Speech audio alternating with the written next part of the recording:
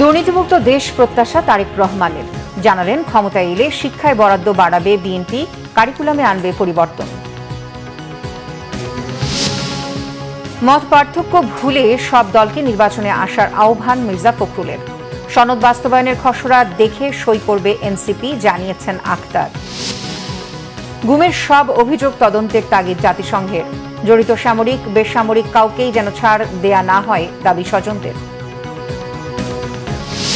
Geneva camp আইনশৃঙ্খলা বাহিনীর কাছে এক গোলক ধাঁধা। প্রতিদিন বিক্রি হয় কোটি টাকার মাদক, অভিযানে মেলে সামান্য কিছু।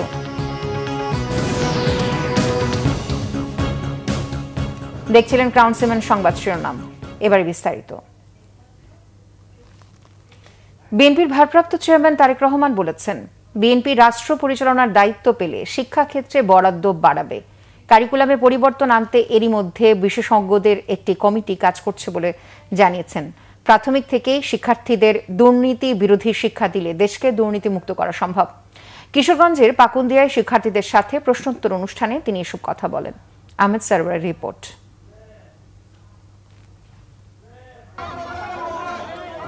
রাষ্ট্র কাঠামো মেরামতের রূপরেখা ৩১ দফার উপর খন্দকার শামসুল আলম ফাউন্ডেশনের উদ্যোগে ১৬ আগস্ট কিশোরগঞ্জের পাকুন্দিয়ায় অনুষ্ঠিত হয় মেধাবৃত্তি পরীক্ষা। শনিবার পাকুন্দিয়া সরকারি হাইস্কুল মাঠে মেধাবৃত্তি পরীক্ষার ফল প্রকাশ এবং পুরস্কার বিতরণী অনুষ্ঠানে ভার্চুয়ালি যুক্ত হন বিএনপির ভারপ্রাপ্ত চেয়ারম্যান তারেক রহমান। শিক্ষার্থীদের সাথে প্রশ্নোত্তর পর্বে তিনি বলেন, প্রাথমিক শিক্ষার বুনিয়াদকে শক্তিশালী করতে পারলে ভবিষ্যৎকে সুন্দর ও শক্ত করা যাবে। তোমাদের কাছে একটাই আমার পরামর্শ, লেখাপড়া লেখাপড়া এবং লেখাপড়া। মেধা সহজতে হলেও কিন্তু মেধার বিকাশের জন্য প্রয়োজন সঠিক পরিচর্যা এবং প্রচন্ড পরিশ্রম আর ইচ্ছা শক্তি। দেশের প্রচলিত শিক্ষা কারিকুলামকে সময়ের সাথে তাল মিলিয়ে শিক্ষাবিদদের সমন্বয় একটা বিশেষজ্ঞ টিম আমরা তৈরি করেছি, যারা ইতিমধ্যে অনেক কাজ এগিয়ে নিয়ে গেছেন। আমাদেরকে যদি দেশটাকে সুন্দরভাবে গড়ে তুলতে হয়, তাহলে আমাদেরকে সবচেয়ে বেশি জোর দিতে হবে প্রাথমিক শিক্ষার উপরে। তাদেরকে শুধু আমরা সরে ABCD আলিফ বেতে শুধু এগুলা শিখালেই হবে না। তাদেরকে শিখাতে হবে সামাজিক মূল্যবোধ, শিখাতে হবে ভালো মন্দ শিখাতে হবে, অর্থাৎ মূল ভিত্তিটা আমাদেরকে তৈরি করতে হবে এখানে। এবং সেই জন্যই আমরা পরিকল্পনা গ্রহণ করেছি যে আমরা চেষ্টা করব ইনশাল্লাহ আগামী দিনে বিএনপি রাষ্ট্র পরিচালনার দায়িত্ব পেলে, ধানের শীষ জিতলে ইনশাল্লাহ আমরা আবার শিক্ষার মধ্যে সবচেয়ে বেশি বরাদ্দ দিব। আমরা বিএনপির বিগত শাসনামলে শিক্ষার মান উন্নয়নে নেয়া বিভিন্ন পদক্ষেপের কথা তুলে ধরেন তারেক রহমান। আমরা যেরকম ল্যাঙ্গুয়েজ শিখাবো, আমরা ভোকেশনাল ট্রেনিং দিব তাদেরকে, আমরা তাদেরকে স্পোর্টসে ভালো করার চেষ্টা করব, আমরা তাদেরকে যেই স্পোর্টসে ভালো সেইভাবে আমরা চেষ্টা করব তাদেরকে আর্ট বা কালচারে ভালো করার জন্য। কেউ হয়তো কোরআন আয়াত ভালো করে, কেউ হয়তো হাদিসে ভালো, কেউ হয়তো সুন্দর ড্রয়িং করতে পারে, কেউ হয়তো গান ভালো গাইতে পারে। কাজে যার যেটা কোয়ালিটি আমরা চেষ্টা করব ওইভাবে বাচ্চাটাকে সামনের দিকে যাতে এগিয়ে যেতে পারে সেই ব্যবস্থা আমরা গ্রহণ করব। আমরা পুরো শিক্ষা ব্যবস্থাটাকে ওভাবে সাজানোর চেষ্টা করছে। এর আগে এই যে আমি বললাম শিক্ষা উপপত্তি, তারপরে ধরো এই যে মেয়েদের শিক্ষা ব্যবস্থা ফ্রি ক্লাস 10 পর্যন্ত, তারপরে 12 পর্যন্ত, এই কাজগুলো তো আমরা করেছি। তারপরে এই যে বাধ্যতামূলক প্রাথমিক শিক্ষা আইন যেটা, এই কাজগুলো তো আমরা করেছি আগে। সামনে একটা নির্বাচন আছে, তুমি তোমার আব্বু আম্মুকে বলবে যে আঙ্কেলের সাথে আমার কথা হয়েছে, আঙ্কেল বলেছে, আঙ্কেলরা সরকার দায়িত্ব পেলে তারেক আঙ্কেলরা এইভাবে আমাদের শিক্ষার ব্যবস্থা করবে। তারপরে তোমার আব্বু আম্মুকে তুমি চেষ্টা করবে, তোমার চাচা চাচি সবাইকে তুমি চেষ্টা করবে কনভিন্স করার জন্য যাতে ধানের শীষে ভোট দেয়। আর যদি আমরা না করি তাহলে পরের বার তুমি আর আমাদেরকে ভোট দিও না, হয়ে গেল, একবার ট্রাই করো। আজকে শিক্ষার্থীরাই একদিন বাংলাদেশকে নেতৃত্ব দেবে, সেই প্রতীক্ষা বিএনপির ভারপ্রাপ্ত চেয়ারম্যানের। আমি ব্যক্তিগতভাবে বিশ্বাস করি, হ্যাঁ, রাষ্ট্রের দুর্নীতি দমন করার জন্য হয়তো সংস্থা আছে, কিন্তু আমি মনে করি প্রাথমিক শিক্ষার মাধ্যমে যেই বাচ্চাগুলো বড় হবে আগামী দিন, আর যারা ছোট আছে আগামীকাল, তুমি যেমন ছোট আছে ইনশাল্লাহ আগামীতে তুমি বড় হবে, তোমরা যদি দুর্নীতির বিরুদ্ধে প্রতিরোধ গড়ে তুলতে পারো, তাহলেই আমরা ইনশাল্লাহ বাংলাদেশকে দুর্নীতি মুক্ত করতে পারবো। তারেক রহমান শিক্ষার্থীদের মনে করিয়ে দেন, জীবনে সফলতার জন্য শর্টকাট কোনো পথ নেই। তাহলে একটু তো কষ্ট করতেই হবে, ভয় পেলে তো চলবে না। আহমেদ সরওয়ার, বাংলা ভিশন, ঢাকা। ছোটখাটো সমস্যা দূরে রেখে গণতান্ত্রিক ব্যবস্থাকে সমুন্নত রাখতে সব রাজনৈতিক দলকে আগামী জাতীয় নির্বাচনে অংশ নেওয়ার আহ্বান জানিয়েছেন বিএনপির মহাসচিব মির্জা ফখরুল ইসলাম আলমগীর। দাবি করেন মতিউর রহমান নিজামী, মীর কাশেম আলী, সালাউদ্দিন কাদের চৌধুরীকে মিথ্যা মামলায় আসামি করে আওয়ামী সরকার ফাঁসি দিয়েছে। স্থায়ী কমিটির সদস্য সালাউদ্দিন আহমেদ বলেছেন, ফ্যাসিস্ট আওয়ামী লীগ ফেরার সব পথ বন্ধ করে দিতে হবে। রিপোর্ট করেছেন ইমরুল কায়েস। শনিবার দুপুরে রাজধানীর শিল্পকলা একাডেমিতে দৈনিক নয়া দিগন্তের প্রতিষ্ঠা বার্ষিকী অনুষ্ঠিত হয়। এতে অংশ নেন রাজনৈতিক সুশীল সমাজের প্রতিনিধি, সাংবাদিক নেতা সহ অন্যরা। এতে অংশ নিয়ে বিএনপি মহাসচিব মির্জা ফখরুল ইসলাম আলমগীর বলেন, বাকশাল প্রতিষ্ঠার পর থেকেই গণমাধ্যমের উপর অনেক অত্যাচার নির্যাতন চালানো হয়। সেই বাকশাল বিলুপ্তর পর জিয়াউর রহমান গণমাধ্যমের স্বাধীনতা নিশ্চিত করেন বলে উল্লেখ করেন তিনি। সঠিক সময়ে নির্বাচন অনুষ্ঠিত হবে, কিন্তু আমরা মনে করি এই সকলের কাছে গ্রহণযোগ্য একটি নির্বাচনের মধ্য দিয়েই আমরা কিন্তু একটা গণতান্ত্রিক ব্যবস্থাতে ফিরে যাওয়ার সুযোগ পাব। সেই সুযোগ সৃষ্টির জন্য আমি আহ্বান রাখবো সকল রাজনৈতিক দলের কাছে যে আমাদের ছোটখাটো সমস্যা এগুলোকে দূরে রেখে গণতান্ত্রিক ব্যবস্থাটাকে আমরা ফিরিয়ে আনার জন্য সবাই এই নির্বাচনে অংশ নেই। রাজনীতিকরা বলেন, গণতান্ত্রিক উত্তরণে সবাইকে একসাথে কাজ করতে হবে, এজন্য গণমাধ্যমের ভূমিকা জরুরি বলে উল্লেখ করেন তারা। গণমাধ্যমের মধ্যে যে নীতিহীনতা চলছে, মিথ্যা তথ্য, মিথ্যা খবর, যা লোকেরা বলে না তাই ছাপা, বলা বক্তব্য বিকৃত করা, খণ্ডিত করা, এমনভাবে পরিবেশন করা, জাতি পাঠক বিব্রত হয়। আমাদের এদেশের ছাত্রগণ অভ্যুত্থানের শহীদের রক্তের প্রত্যাশা আমাদেরকে পূরণ করতেই হবে। যদি আমাদের অনৈক্যের কারণে, আমাদের বিভেদের কারণে কোনো সময় কোনো ফাঁকে যদি ফেসিবাদের প্রত্যাবর্তনের কোনো আশঙ্কা থাকে, এই জাতি আমাদেরকে ক্ষমা করবে না। বিগত ফ্যাসিবাদী সরকারের আমলে নয়াদিগন্ত পত্রিকা সংগ্রাম করে গেছে। এর কর্মীরা দেশের মানুষের আকাঙ্ক্ষা পূরণে অবদান রেখেছেন বলে মন্তব্য করেন অন্যরা। 15 বছরের প্রতিদিনকার লিপি লিখে রাখা উচিত তারা কি করেছিল। যে বাকশাল 1975-এ কায়েম করতে চেয়েছিল, সেটা শেখ হাসিনার বাবা পারেননি, কিন্তু শেখ হাসিনা পেরেছিলেন। গণঅভ্যুত্থানের শহীদ এবং আহতদের প্রতি শ্রদ্ধা জানান অতিথিরা। তাদের ত্যাগের আলোকে দেশ গঠনের আহ্বান জানান তারা। ইমরুল কায়েস, বাংলা ভিশন, ঢাকা। বিএনপির রাষ্ট্র ক্ষমতায় গেলে প্রাথমিক বিদ্যালয়ে ধর্মীয় শিক্ষার জন্য পদ সৃষ্টি করে নিয়োগের ব্যবস্থা করবে বলে জানিয়েছেন দলের স্থায়ী কমিটির সদস্য সালাউদ্দিন আহমেদ। আর জামায়াতের সেক্রেটারি মিয়া গোলাম পারওয়ারের অভিযোগ, পশ্চিমা ষড়যন্ত্রের অংশ হিসেবেই প্রাথমিক শিক্ষা ব্যবস্থাকে ধ্বংসের দিকে ঠেলে দেওয়া হচ্ছে। প্রাথমিক বিদ্যালয়ে ধর্মীয় শিক্ষক নিয়োগ শীর্ষক জাতীয় সেমিনারে অংশ নিয়ে এসব কথা বলেন তারা। আরো জানাচ্ছেন শুভ মাহফুজ। দেশের সকল প্রাথমিক বিদ্যালয়ে ধর্মীয় শিক্ষক নিয়োগ ও ধর্মীয় মূল্যবোধ পরিপন্থী সকল সিদ্ধান্ত বাতিলের দাবিতে জাতীয় সেমিনারের আয়োজন করে জাতীয় মূল্যবোধ সংরক্ষণ পরিষদ। এতে অংশ নেন বিএনপি, জামাত, এনসিপি, ইসলামী আন্দোলন সহ বিভিন্ন রাজনৈতিক দলের নেতারা। আলোচনায় প্রাথমিক বিদ্যালয়ে ধর্মীয় শিক্ষকের গুরুত্ব তুলে ধরেন বক্তারা। যেখানে মুসলমান সন্তানদের আল্লাহ শব্দের ধরিতে বাংলাদেশে আজকে সূর্য ওঠে, সূর্য ডুবে, সেই দেশের মধ্যে আজকে নাচ গানের শিক্ষক শিক্ষাকে নিয়োগ দেবে, এই স্পর্ধা কেন বাংলাদেশের ভিতরে হলো? শেখ হাসিনা সরকার শিক্ষার্থীদের মূল্যবোধ নষ্ট করেছে অভিযোগ করে এনসিপি নেতা হাসনাত আব্দুল্লাহ বলেন, তার দল ক্ষমতায় গেলে শিক্ষা ব্যবস্থায় মূল্যবোধ ফিরিয়ে আনবে। হাসিনা বিভিন্ন সময়ে আমাদের দেশে অপসংস্কৃতি, এই দেশে বিভিন্নভাবে স্যাটেলাইট টেলিভিশন থেকে শুরু করে ভারতীয় গণমাধ্যমের থ্রুতে আমাদের দেশে ইনজেক্ট করেছে, পিনাট্রেট করেছে, বিভিন্ন সময়ে আমাদের সোসাইটিতে ইমব্যালেন্স ক্রিয়েট করেছে। এ সময় প্রাথমিক শিক্ষাকে নৈতিকতা বিরোধী অবস্থান থেকে ফিরিয়ে আনতে সব রাজনৈতিক দলকে ঐক্যবদ্ধ পদক্ষেপ নেয়ার আহ্বান জানান জামায়াতের সেক্রেটারি জেনারেল অধ্যাপক মিয়া গোলাম পরোয়ার। 1,18,000 বিদ্যালয়ে এখন 2 কোটি শিশু লেখাপড়া করছে। এরাই তো আগামী দিনে রাষ্ট্র চালাবে।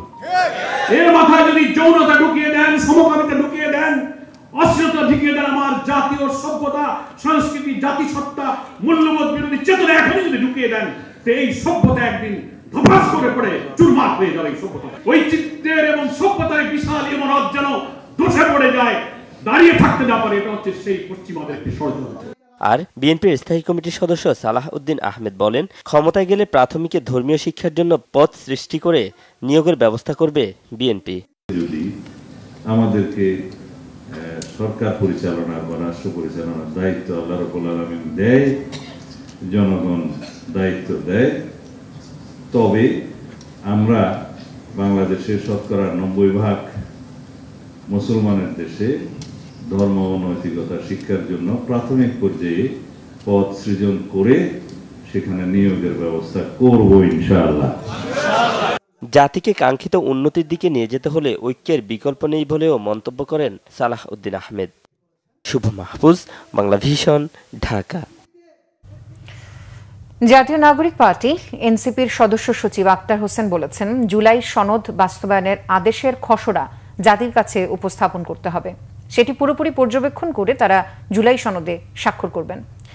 জুলাই জাতীয় সনদ বাস্তবায়নের পদ্ধতি সম্পর্কে বিস্তারিত জানতে জাতীয় ঐকমত্য কমিশনের সাথে বৈঠকে বসেছে এনসিপি। জাতীয় সংসদ ভবনের এলডি হলে সকাল 10টায় এনসিপি সদস্য সচিব আক্তার হোসেনের নেতৃত্বে 5 সদস্যের প্রতিনিধি দল কমিশনের সহসভাপতি ডক্টর আলী রিয়াজ সহ অন্যান্য সদস্যদের সাথে রুদ্ধদ্বার বৈঠকে বসেন। বৈঠক শেষে আক্তার সাংবাদিকদের বলেন, জুলাই সনদ বাস্তবায়নের আইনি প্রক্রিয়া পরিষ্কার না করে 17 অক্টোবর সনদ স্বাক্ষর করিয়েছে। স্বাক্ষর একটি আনুষ্ঠানিকতা। জুলাই সনদ পরিপূর্ণ বাস্তবায়ন হোক, এটাই তারা চান। আক্তার বলেন, তারা কমিশনের দাবি জানিয়েছেন, এই সনদ আইনি ভিত্তি না পাওয়া পর্যন্ত তাদের সংগ্রাম চলবেই। আইনি ভিত্তি সুনিশ্চিত হলেই এনসিপি স্বাক্ষর করবে। জুলাই সনদ বাস্তবায়ন আদেশের খসড়া কমিশনের পক্ষ থেকে দেখাতে এখন পর্যন্ত কোনো আশ্বাস দেওয়া হয়নি। এর আগে বাস্তবায়নের সুনির্দিষ্ট পরামর্শ না থাকায় 17 অক্টোবর জুলাই সনদে স্বাক্ষর করেনি এনসিপি। জুলাই সনদ বাস্তবায়নের যে আদেশ, সেই আদেশের বিষয়ে জনগণের কাছে পরিষ্কার বার্তা উপস্থাপন করে জুলাই সনদকে পরিপূর্ণভাবে বাস্তবায়নের লক্ষ্যে নিয়ে আমরা আমাদের কার্যক্রম পরিচালনা করছি।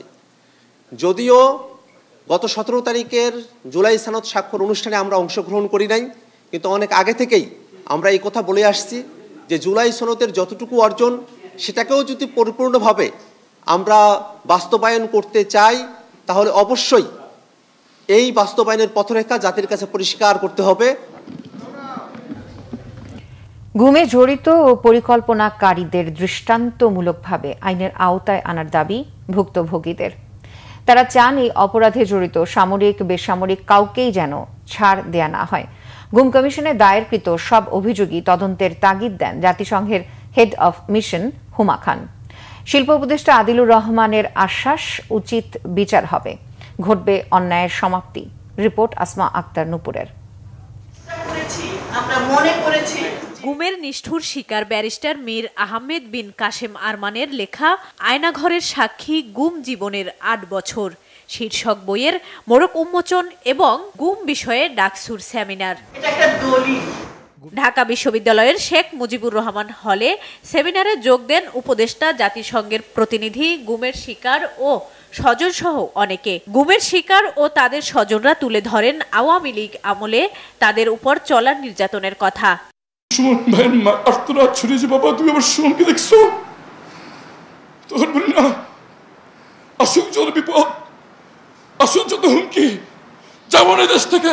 প্যাসেজ হাজিরার সময়ে শুধুমাত্র বিনা ভোটে ক্ষমতায় থাকার জন্য ভিন্ন মতের ভিন্ন দলের মানুষকে কেমনভাবে হত্যা করা হয়েছে, কেমনভাবে এরকম চরম মানবাধিকার লঙ্ঘনের শিকার হতে হয়েছে। গুম কমিশনে দায়ের করা অনেক অভিযোগ কেন তদন্ত হচ্ছে না প্রশ্ন তোলেন জাতিসংঘের হেড অব কমিশন হুমা খান। গুমে জড়িত সহ পরিকল্পনাকারীদের বিচার চান তিনি।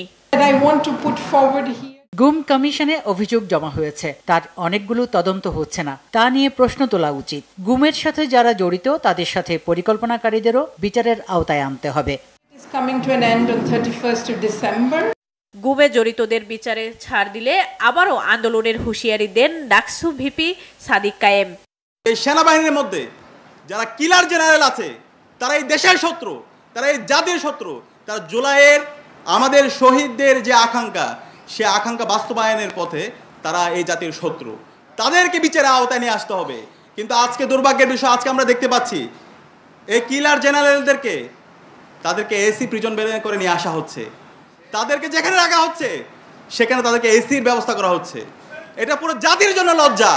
অপরাধীদের বিচার চলমান বলে জানান উপদেষ্টা আদিলুর রহমান।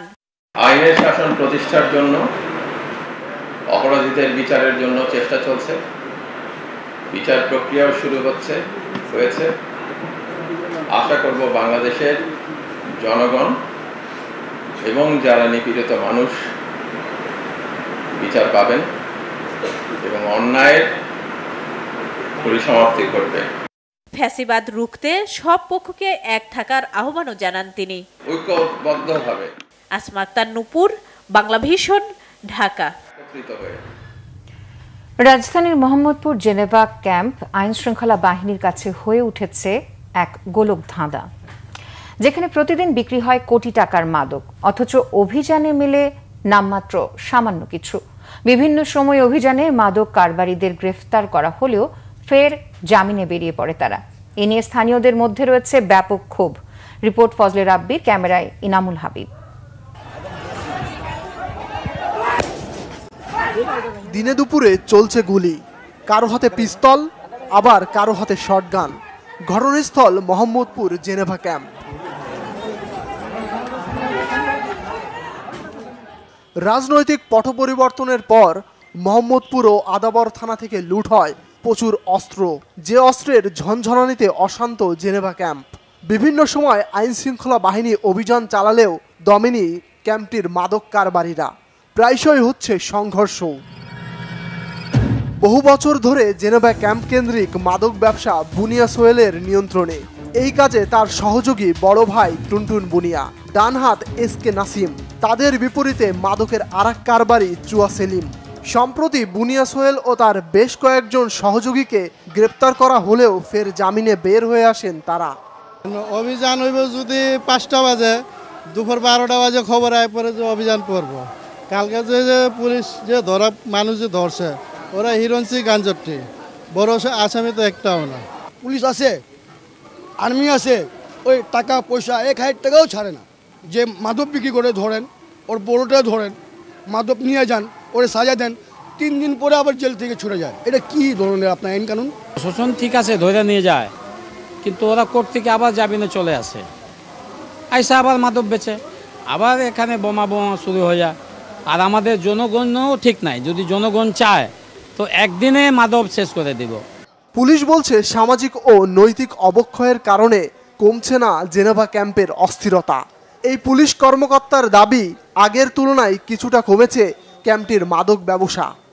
5 তারিখের পরে পুলিশের দুর্বলতার সুযোগ এবং নিষ্ক্রিয়তার সুযোগ নিয়ে 1-2 মাসের মধ্যে এখানে কিন্তু ভয়াবহ অপরাধ ঘটে গেছে। 8টার মতো মার্ডার হয়েছে। এরপরে যখন আমরা এখানে দায়িত্ব নিছি, বর্তমান ডিসি মহোদয়, আমি তো একই সময় আসছি, 1 বছর কাছাকাছি।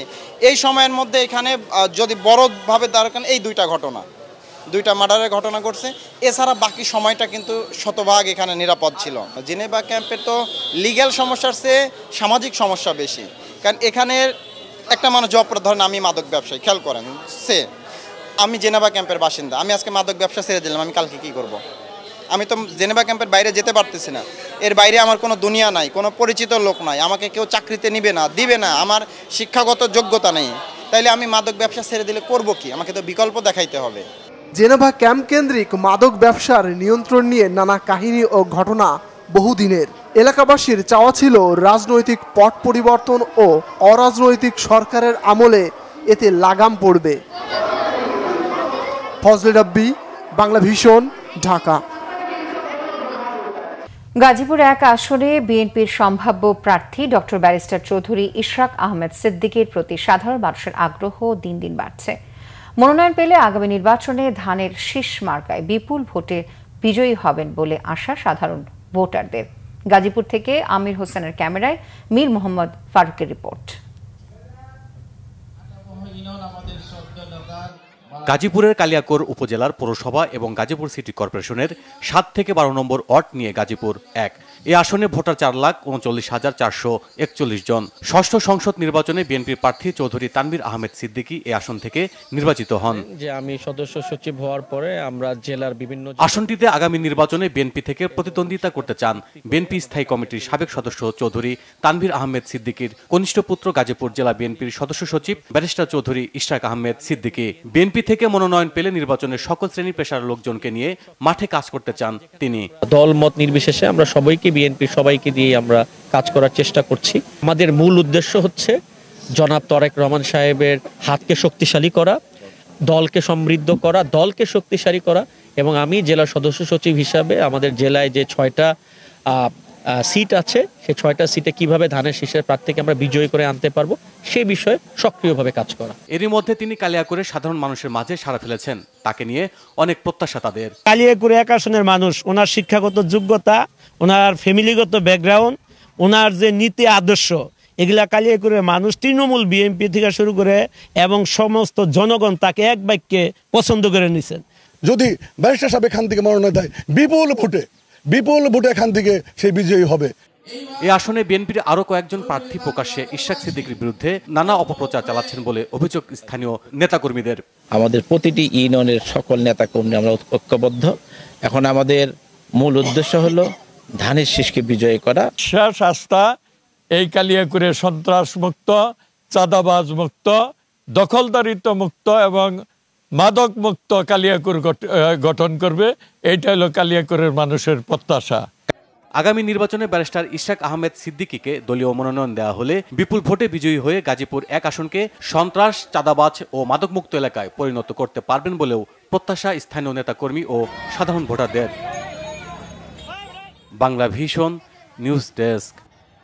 হযরত শাহজালাল আন্তর্জাতিক বিমানবন্দরের কার্গো ভিলেজ এলাকায় অগ্নিকাণ্ডের ঘটনা তদন্তে চীন সহ ৪টি দেশের বিশেষজ্ঞ টিম আনা হচ্ছে জানিয়েছেন স্বরাষ্ট্র উপদেষ্টা। শনিবার দুপুরে হযরত শাহজালাল আন্তর্জাতিক বিমানবন্দরের অগ্নিকাণ্ডে ক্ষতিগ্রস্ত কার্গো ভিলেজ ও ই গেট পরিদর্শন শেষে সংবাদ সম্মেলনে এই তথ্য জানান স্বরাষ্ট্র উপদেষ্টা অবসরপ্রাপ্ত লেফটেন্যান্ট জেনারেল মোহাম্মদ জাহাঙ্গীর আলম চৌধুরী। তিনি বলেন, সঠিক সময়ে ঘটনাস্থলে পৌঁছে কার্গো ভিলেজে লাগা আগুন নিয়ন্ত্রণে আনতে যথাসাধ্য চেষ্টা করেছে ফায়ার সার্ভিস। তবে আগুন দ্রুত ছড়িয়ে পড়লে পরিস্থিতি কিছুটা জটিল হয়। এছাড়া বিমানবন্দরে দ্রুত ইলেকট্রিক গেট স্থাপন করার পাশাপাশি রেমিটেন্স যোদ্ধাদের পাসপোর্ট সংক্রান্ত ভোগান্তি কমাতে সরকার পদক্ষেপ নেবে বলেও জানান স্বরাষ্ট্র উপদেষ্টা। এই অগ্নিকাণ্ডের ভিতরে যদি কোনো অব্যবস্থাপনা থাকে এই জন্য আমরা 4টা দেশের ইনভাইট করছি তাদের আসার জন্য। ইংল্যান্ডকে ইনভাইট করা হয়েছে, আপনার অস্ট্রেলিয়ারে ইনভাইট করা হয়েছে, চায়নারে ইনভাইট করা হয়েছে, টার্কিরে ইনভাইট করা হয়েছে। তাদের স্পেশালিস্ট আমরা আনতে চাচ্ছি, তারা একটা ইনভেস্টিগেশন করে মানে কারণটা কি এবং কে দায়ী এটা তারা বের করতে পারে। গৃহকর্মীদের সুরক্ষায় নির্ধারিত মজুরি ও আইনি কাঠামো থাকা দরকার বলে মন্তব্য করেছেন নারী বিষয়ক সংস্কার কমিশনের প্রধান শিরিন পারভীন হক। ডিবেট ফর ডেমোক্রেসি আয়োজিত গৃহকর্মী সুরক্ষা বিষয়ক ছায়া সংসদে তিনি মন্তব্য করেন। শিরিন পারভীন হক বলেন, শ্রমের মজুরি নির্ধারণ ও নিবন্ধন থাকা দরকার, পাশাপাশি গৃহকর্মীদের কর্মপরিবেশে নিরাপত্তা নিশ্চিতে পদক্ষেপ নেওয়া দরকার। তিনি বলেন, আইন ও নীতিমালার পাশাপাশি গৃহকর্মীদের সুরক্ষায় সবাইকে মানবিক হতে হবে। নারী সংস্কার কমিশন গৃহকর্মীদের সুরক্ষায় ইতিবাচক বেশ কয়েকটি সুপারিশ দিয়েছে বলেও জানান তিনি। বলেন, শ্রম আইনের আওতায় গৃহকর্মীদের আর্থিক সুরক্ষা থাকা উচিত। এছাড়া গৃহকর্মীদের নির্যাতন প্রতিরোধে আইনের কঠোর প্রয়োগে সরকারকে কার্যকর উদ্যোগ নেওয়ার আহ্বানও জানান তিনি। দেশ থেকে আওয়ামী লীগের আবর্জনা পরিষ্কার করবে বিএনপি, এমন মন্তব্য করেছেন জাতীয়তাবাদী মহিলা দলের সভাপতি আফরোজা আব্বাস। ঢাকা দক্ষিণ সিটি কর্পোরেশনের খিলগাঁও থানার কালভার্ট এবং খালের পরিচ্ছন্নতা কর্মসূচিতে অংশ নিয়ে এই মন্তব্য করেন তিনি। খিলগাঁওয়ের বাসাবো খালটি বেশ কয়েকদিন ধরেই দখল আর দূষণে জর্জরিত হয়ে আছে। দীর্ঘদিন ধরে পরিষ্কার না করায় খালটিতে জমেছে কঠিন বর্জ্য। সে বর্জ্য অপসারণের উদ্যোগ নেন আফরোজা আব্বাস। দক্ষিণ সিটি কর্পোরেশনের পরিচ্ছন্নতা কর্মীরা খালটি পরিষ্কারের জন্য সকাল থেকে কর্মযজ্ঞ চালান। এমন দুরবস্থার কারণে খাল থেকে উৎপাদন হচ্ছে এডিস মশা, বাড়ছে ডেঙ্গুর প্রকোপ। তাছাড়া সামান্য বৃষ্টিতে যাতে এলাকায় জলাবদ্ধতা না হয় সে বিষয়টি চিন্তা করেও খাল পরিষ্কারের কর্মসূচি নিয়েছে খিলগাঁও থানা বিএনপি।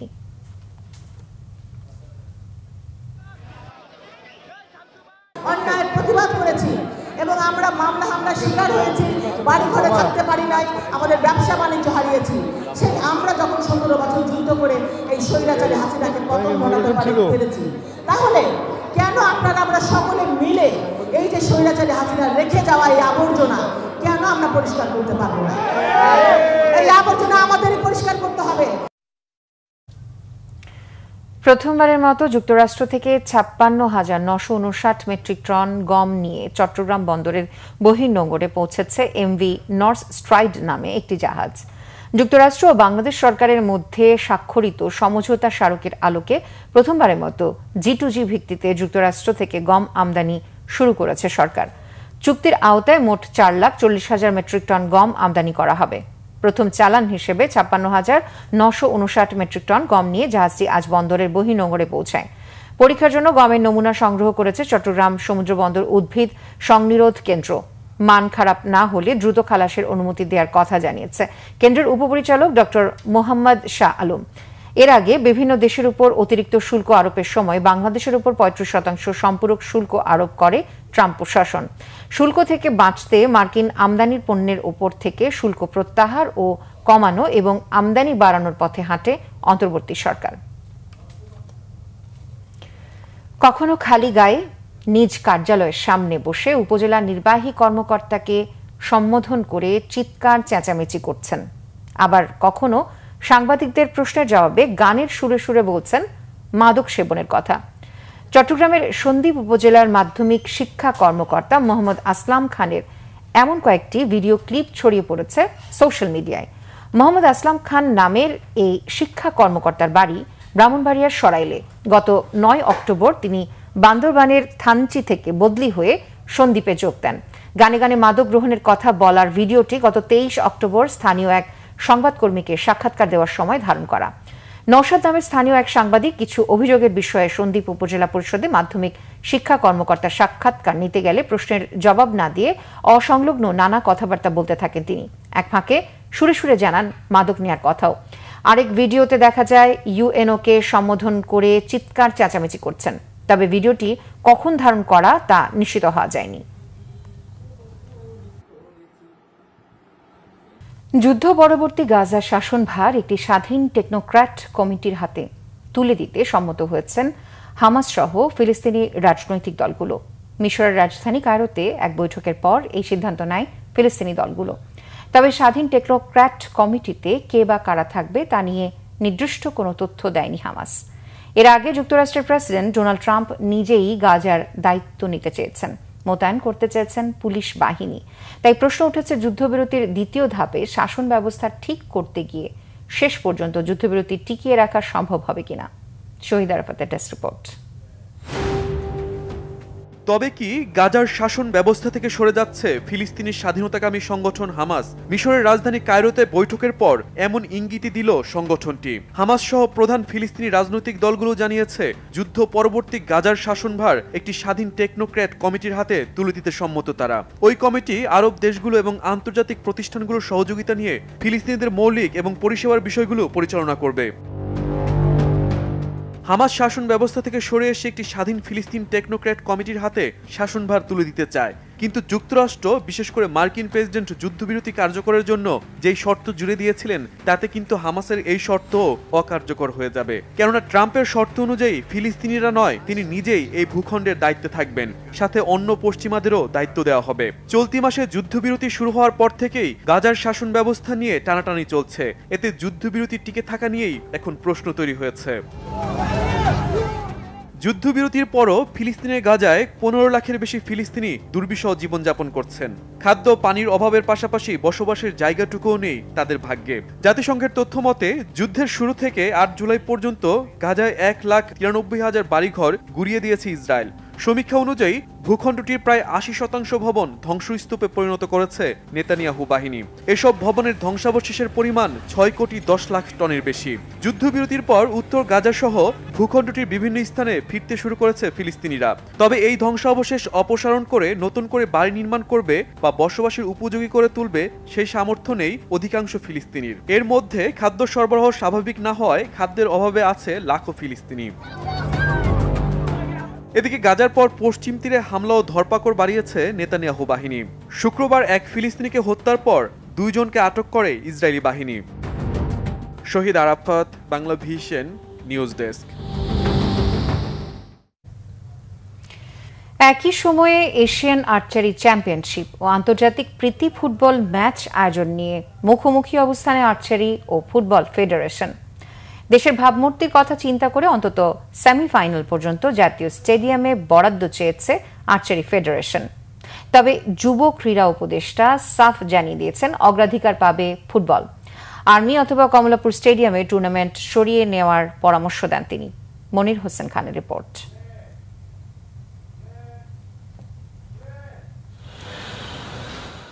আগামী 7 নভেম্বর শুরু হচ্ছে এশিয়ান আর্চারি চ্যাম্পিয়নশিপ। এশিয়ার 31টি দেশ অংশ নিচ্ছে এই টুর্নামেন্টে। অংশগ্রহণকারী দেশের হিসেবে বাংলাদেশের ইতিহাসের সবচেয়ে বড় টুর্নামেন্ট। গত 1 বছর ধরে জাতীয় স্টেডিয়ামে এই টুর্নামেন্ট আয়োজনের প্রস্তুতি সেরেছে বাংলাদেশ আর্চারি ফেডারেশন। হঠাৎ করেই টুর্নামেন্ট নিয়ে নতুন শঙ্কা। 14 নভেম্বর একই মাঠে বাংলাদেশ আফগানিস্তান ফুটবল ম্যাচ। দুই ফেডারেশনের টানাপোড়েনে হস্তক্ষেপ যুব ও ক্রীড়া উপদেষ্টার কোনো আলোচনা নয়, সরাসরি তিনি পক্ষ নিলেন ফুটবল ফেডারেশনের। জানিয়ে দিলেন আর্চারি টুর্নামেন্ট সরিয়ে নিতে হবে অন্য ভেন্যুতে। বেস্ট হতো আমি যেটা বললাম এখানেই করাটা, কিন্তু এখানে আমরা পারছি না, কারণ ফুটবল আপনারা জানেন যে আমরা এখন প্রায়োরিটি একেবারে আছে যে ফুটবলের প্রতি, এবং ওই ম্যাচগুলো ইন্ডিয়ার সাথে এবং গ্রানাডার সাথে একই খুব কাছাকাছি সময়ে 2টা ম্যাচ। তো সেই কারণে আমরা দুঃখজনকভাবে পারছি না এখানে করতে, বাট আমরা সুইটেবল এবং বেস্ট পসিবল প্লেসেই আয়োজন করব। ফুটবল ফেডারেশনের হঠাৎ করে প্রীতি ম্যাচ আয়োজনকে ইচ্ছাকৃত মনে হচ্ছে আর্চারি ফেডারেশনের সাধারণ সম্পাদকের কাছে। স্থানীয় আয়োজক কমিটির চেয়ারম্যান দিলেন সমঝোতার মাধ্যমে টুর্নামেন্ট শেষ করার প্রস্তাব। আমরা যদি 12 তারিখ পর্যন্ত আমাদের সেমিফাইনাল পর্যন্ত যদি আমরা করে ফেলি, এখানে মানে কোয়ার্টার ফাইনাল কমপ্লিট করতে পারি, সেমিফাইনাল, তাইলে আমরা হয়তো ফাইনাল ভেন্যু 2 দিন যে 13 এবং 14 আমরা অন্য জায়গায় করতে পারি, এটা আইনসুদ্ধ। আমি জাস্ট 1-1.5 ঘন্টার মধ্যে আসতে না আসতে আমি দেখলাম সব জায়গায় ছড়া দিলেও মানে এসে পড়লো আর কি 13 তারিখে ঢাকা স্টেডিয়ামে খেলা, টিকিট 400 টাকা, সব এভরিথিং ওনারা ফ্ল্যাশ করে। তাহলে আমার কথা হচ্ছে যদি 7 দিনের মধ্যে যদি কোনো খেলা না হয় তাহলে 13 তারিখ ওনারা এখানে খেলা দেয় কীভাবে? তার মানে যে দ্য ইন্টেনশন আসলে আমি জানি না কি ছিল। 1 বছর আগেই এই টুর্নামেন্টের ভেন্যু হিসেবে আন্তর্জাতিক আর্চারি ফেডারেশনের কাছে মনোনয়ন নিয়ে রেখেছে বাংলাদেশ। তড়িঘড়ি করে ভেন্যু পরিবর্তন করতে গেলে আয়োজন ভেস্তে যাওয়ার আশঙ্কা আছে। এমনকি ভবিষ্যতে আর্চারিতে বাংলাদেশকে আর কোনো টুর্নামেন্টের দায়িত্ব না দেওয়ার সম্ভাবনাও থাকছে। যদি শিফট করতে হয় আমাকে বিভিন্ন ক্লজ দিয়ে জানাতে হবে যে আমরা এটা করতে চাচ্ছি, করতে পারবো কিনা।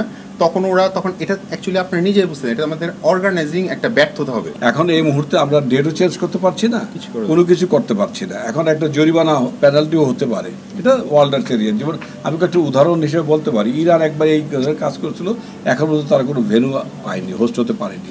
ইন্ডিয়া এই ধরনের হয়েছিল, হোস্ট হতে পারে না। যুব ও ক্রীড়া উপদেষ্টার রায় ফুটবলের পক্ষে গেলেও সমস্যা সমাধানের জন্য এখনও জাতীয় ক্রীড়া পরিষদের দিকেই তাকিয়ে আছে আর্চারি ফেডারেশন। মনির হোসেন খান, বাংলা ভিশন, ঢাকা।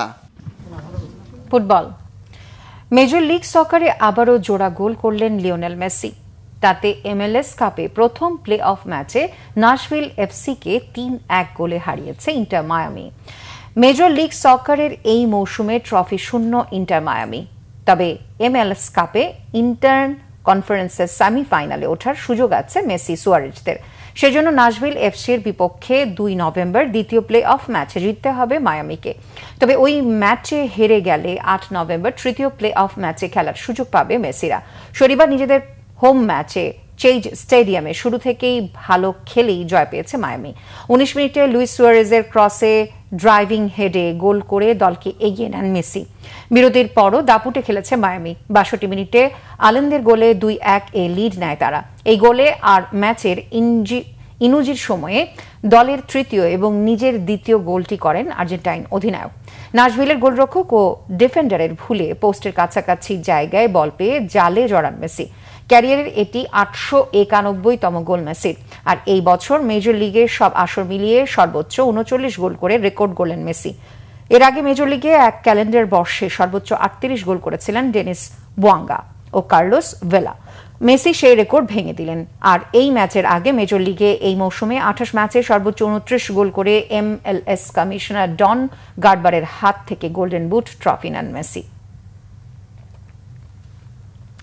সংবাদ শেষ করব ক্রাউন সিমেন্ট শিরোনামগুলো আরো একবার জানিয়ে। দুর্নীতিমুক্ত দেশ প্রত্যাশা তারেক রহমানের, জানালেন ক্ষমতায় এলে শিক্ষায় বরাদ্দ বাড়াবে বিএনপি, কারিকুলামে আনবে পরিবর্তন।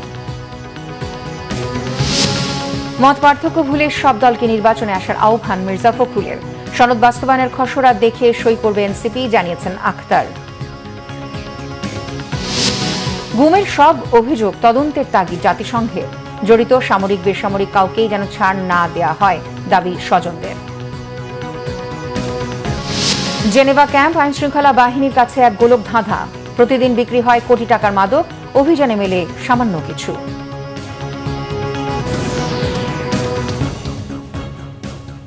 এই ছিল এখনকার মতো। পরের সংবাদ রাত 10:30টায়, এর আগে 9টায় নিউজ 20 দেখার আমন্ত্রণ রইল। ধন্যবাদ এতক্ষণ সাথে থাকার জন্য।